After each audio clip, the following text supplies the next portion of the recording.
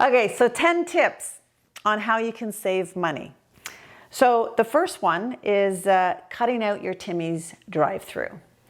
I can tell you, I used to do this, and I had stopped doing this a long time ago because it's not always just a coffee.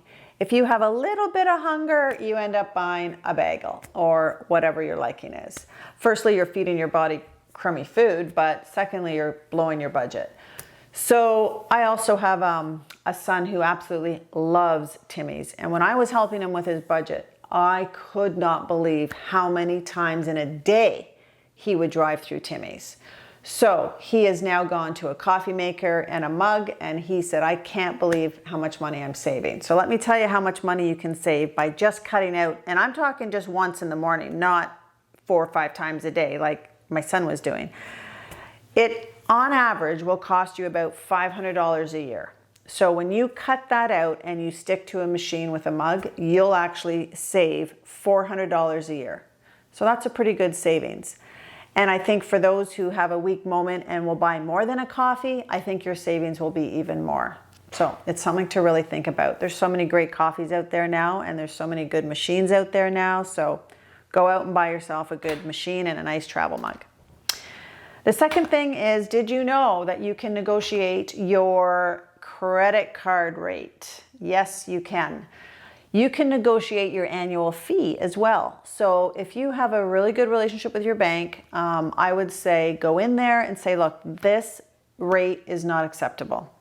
There could be a different card you can get with a cheaper rate. There could be an annual fee, a card with no annual fee. There's so many different options. But here's the thing with a credit card. Always keep a low amount that you can spend on it. So a limit. Don't do the high limit because banks will just keep pushing it to you. And always pay it off every month. So then you don't even have that interest. But if you must, then I say choose one that is a lower rate or negotiate a lower rate. Or even if you've gotten yourself into credit card debt, then go to the bank and see how you can get out of that 19 or 20% rate.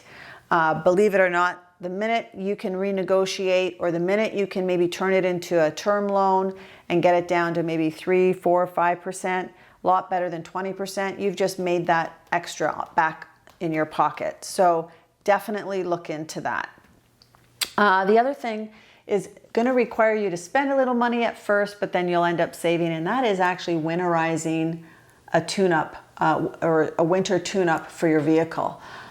Believe it or not, if you go in and get a tune-up done before winter, you might save a bundle through winter time because let's face it, it's cold and our cars do not like cold. So if there's anything that's not working properly, it's going to be even worse because it's cold. So go do a winter tune-up. It'll save you money in the long run.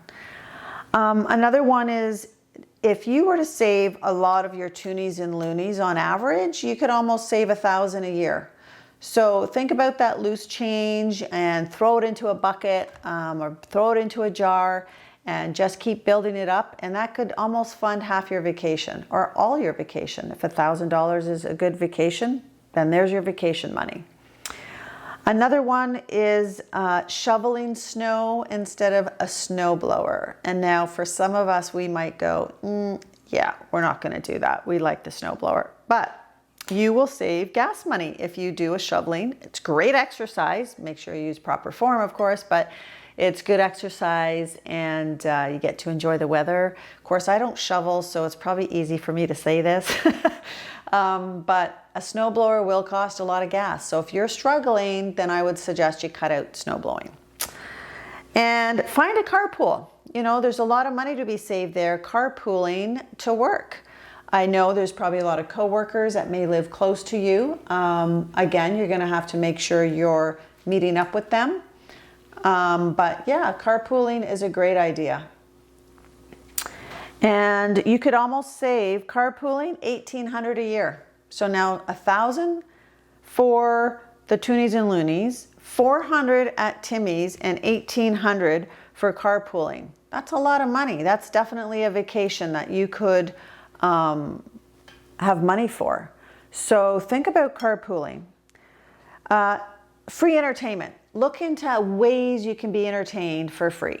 And there's probably Netflix is maybe $9.99 a month, but I'll tell you, there's great shows on there now. There's a lot of stars doing movies and Netflix movies, and instead of, going to the theaters where it's going to cost you maybe $50 for $9.99 a month, it's unlimited of how many movies you want to watch.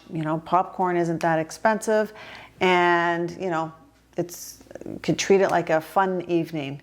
So definitely look at free entertainment. What are things you can do for free? I bet you could Google that, and I bet you'd find a ton of them.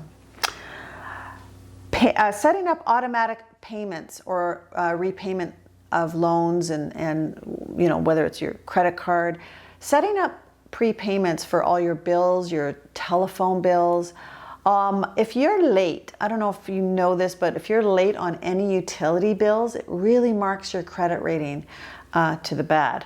So if you have prepayments all set up, you're guaranteed that is going to increase your credit rating score.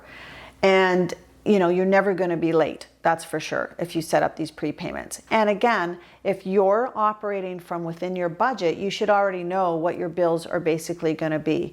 For your gas in your home, you can get an equal billing. I believe even Hydro does that now. Maybe not. Maybe I think Hydro does. I'm not too sure. But look into what can make life simple for you to know what bills are going to be the same, close to the same every month. And then the last one is adjust your thermostat. Get one of those, whether it's a Google Nest or whatever it is that, during the day it goes down, at night it goes down. You have better sleeps when it's colder. And then when you're home, it goes up. You will actually save almost $200 a year. So that's a fair bit of savings just on those few things right there. I think I've got them all covered. I do, yep. 10 tips on saving money.